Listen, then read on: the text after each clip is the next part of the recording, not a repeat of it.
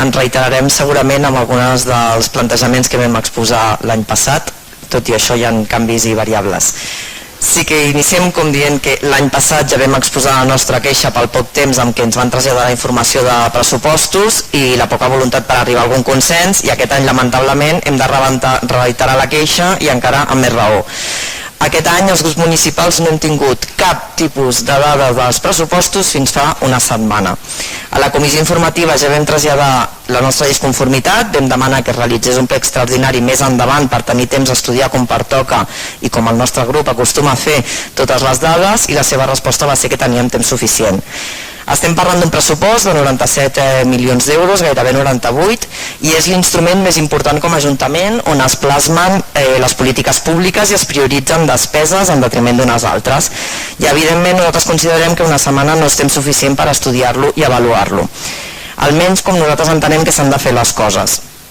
Amb tan poc marge de temps, l'estudi potser no serà tan acurat com el que voldríem haver fet, tot i que hi hem dedicat hores. Sí que podem dir que al juliol ens vam reunir per veure si podíem arribar a algun consens, i per part del nostre grup vam presentar una bateria de propostes, una trentena, tant de pressupostos i ordenances. La resposta del Partit Socialista va ser que pensaven augmentar l'IBI i que si nosaltres no donàvem suport a aquest augment no podíem continuar parlant dels pressupostos per arribar a acord en les nostres propostes.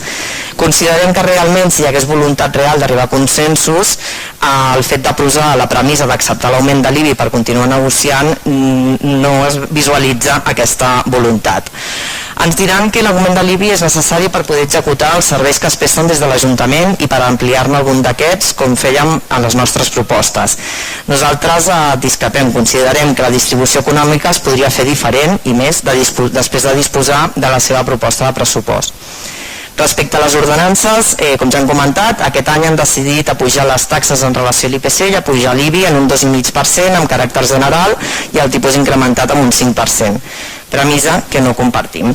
Considerem que en una situació de crisi que arrosseguem degut a la pandèmia, amb moltes famílies que han vist reduïts els seus recursos, moltes persones a l'atur i moltes petites i mitjanes empreses que encara estan fent mans i mànigues per fer front als efectes de la pandèmia, no és el moment d'incrementar la pressió fiscal.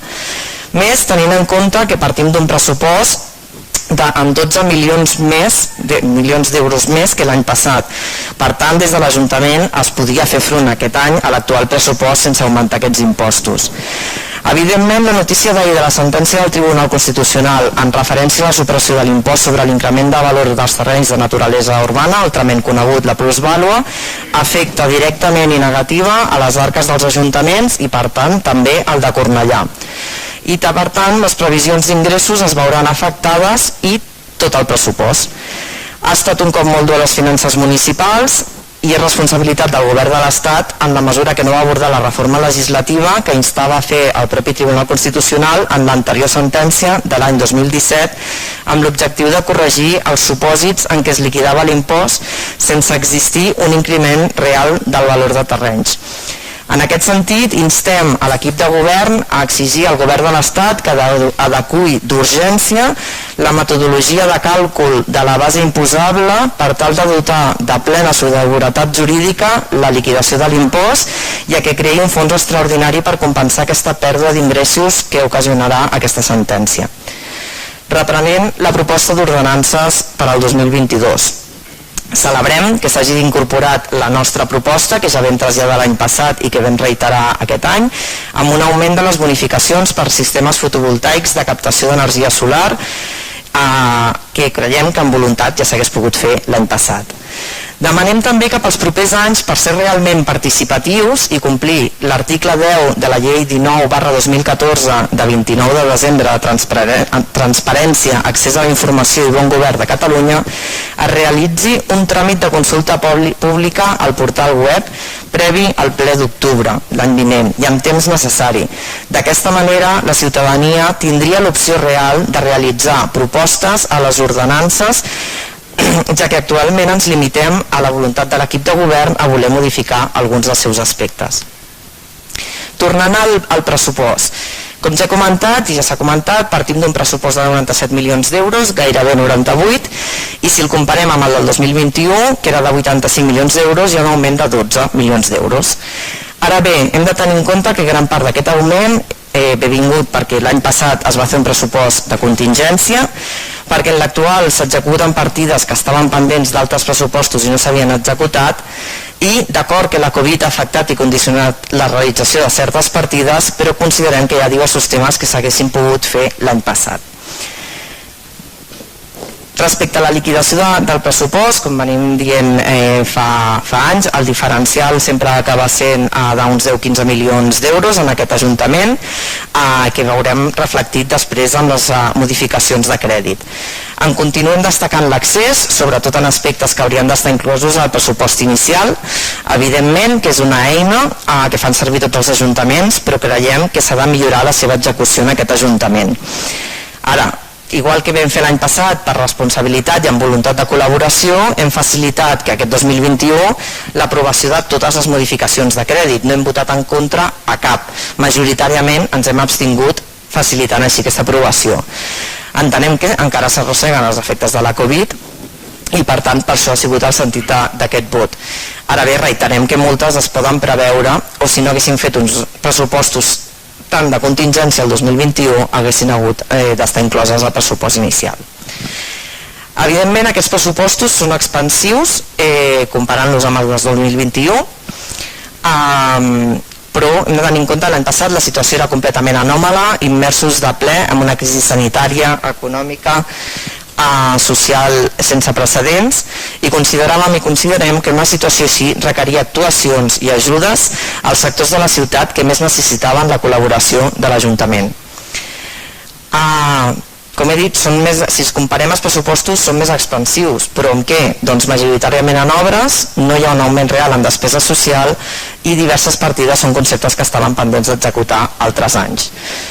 Continuem vivint una situació complexa, els efectes de la pandèmia encara els patim i per tant el pressupost hauria de fer front a les necessitats de la ciutadania. I ens reiterem en temes que ja vam destacar l'any passat i que també vam traslladar les nostres propostes. Disculpeu un segon, necessito beure aigua.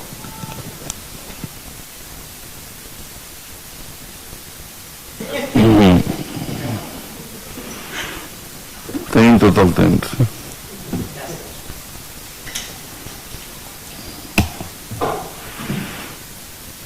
Bé, gràcies. Continuant. S'han d'augmentar les partides en temes socials i ho vam traslladar a les nostres propostes. Ara ja no sé si això ho he dit o no ho he dit abans, però jo continuo.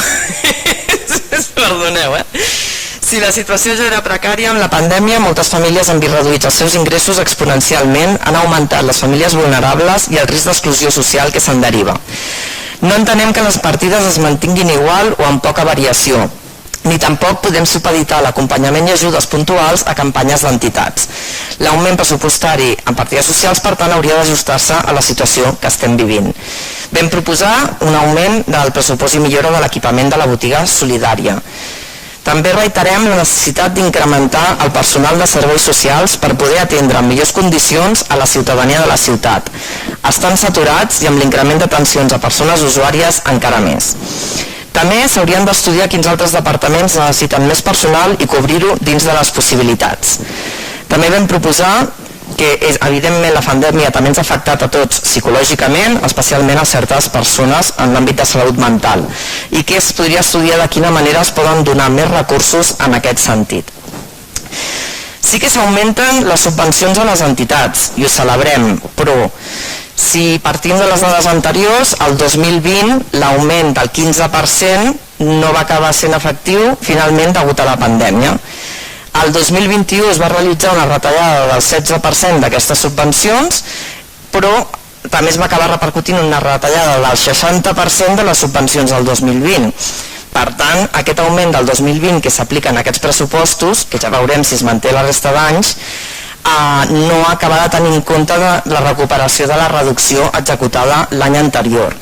També ha de tenir en compte que moltes entitats van haver de fer front i continuen fent a les despeses extres generades per la compra d'elements de protecció contra la Covid que nosaltres en reiterades ocasions hem defensat que es fes càrrec l'Ajuntament. Un altre dels sectors més afectats per la Covid continua sent el del comerç, empreses i persones autònomes de la ciutat. Falten mesures més enllà de les que es van aplicar i de repetir la campanya de la targeta moneder. Considerem que s'hauria de redefinir Cornellà compra casa per una major efectivitat i encara no disposem del pla de comerç que es va acordar que es faria el 2016. Un altre tema a destacar, l'àrea d'igualtat. Ja vam traslladar que es necessitaven més recursos i ni s'ha dotat ni l'any passat ni aquest. La partida que provenia del Consell Comarcal per programes feministes l'hem aprofitat per realitzar el nou CIRT, que evidentment considerem que és necessari, però també era una oportunitat per realitzar més programes i actuacions en aquesta àrea, sobretot per donar compliment al Pla d'Igualtat. Respecte a l'àrea de medi ambient, precisament una àrea que hauria de veure augmentat el seu pressupost i més amb les evidències que ens calen mesures urgents per actuar contra el canvi climàtic, resulta que no es modifica o que inclús es redueix la partida de plantacions arbustives. I podran dir que moltes de les actuacions es fan des dels projectes del Cornellà Natura, però és que a banda de les reformes dels carrers, el medi ambient va molt més enllà i necessita de partides i recursos concrets. Com hem comentat, vam presentar una bateria de propostes al juliol. Algunes les he anat explicant amb la meva argumentació, altres les relaciono ara. Hem demanat que s'augmentessin les campanyes de civisme, de neteja, ecologisme, respecte animal, feminisme i igualtat, tant als carrers com als centres educatius. Vam traslladar a la necessitat que s'estudiés la possibilitat de realitzar ajudes en tràmits presencials per tota aquesta gent que té una bretxa digital i que no sap ben bé com haver de tramitar tot el que se li demana des de les administracions. Vam demanar menjadores esterilitzants per animals a la ciutat. Així, amb aquest procediment, poder esterilitzar els animals i evitar utilitzar actuacions més agressives. En temes de memòria històrica, no hi ha cap modificació a la partida i nosaltres també vam demanar fer un monument similar en commemoració dels represaliats del franquisme i identificar en plaques els monuments o espais relacionats amb la memòria democràtica i històrica de la ciutat. Entrant a l'apartat de les inversions, parlem de 7,7 milions d'euros, que suposen un 147% més que l'exercici 2021. Podríem estar d'acord amb la majoria, però algunes són partides que s'haguessin hagut d'executar en anys anteriors, altres, si es disposés d'un pla de manteniment, es podria preveure millor i calendaritzar i no actuar per emergències. En podem compartir alguna, com per exemple la renovació del parc mòbil de la Guàrdia Urbana i de la Brigada, l'accessibilitat i rec d'aquest mercader, la reparació de la Casa dels Colons, tot i que ja estava pressupostada anteriorment, les calderes de biomassa de les escoles, la reforma de Can Bagaria. No les detallaré, però en la gran majoria, com que tampoc ens han informat com pertoca de totes aquestes partides, no sabem a què fan referència exactament. Disposem del titular i de l'import. Per tant, hi ha moltes que segurament podríem estar d'acord o no, però no ho sabem per no disposar de la informació. D'altres propostes que vam fer va ser adaptar la ciutat a persones amb mobilitat reduïda i millorar i aplicar les millores al Centre de Normalització Lingüística de Cornellà, com l'aire condicionat a les aules i altres necessitats estructurals. I amb esport també detallar quines instal·lacions esportives s'haurien d'adequar actualment, fer un llistat i establir prioritats en aquests sentits. Volem fer un comentari respecte als pressupostos participatius. Vam entendre que l'any passat no es realitzessin. Aquest any tampoc es preveuen i tampoc saben dir-nos amb certesa quan els tornaran a realitzar. Sempre vam dir que no eren els pressupostos participatius que nosaltres voldríem, però reclamem que es recuperin i a poder ser s'estudiï una opció perquè siguin realment participatius i no una competència entre escoles o entitats.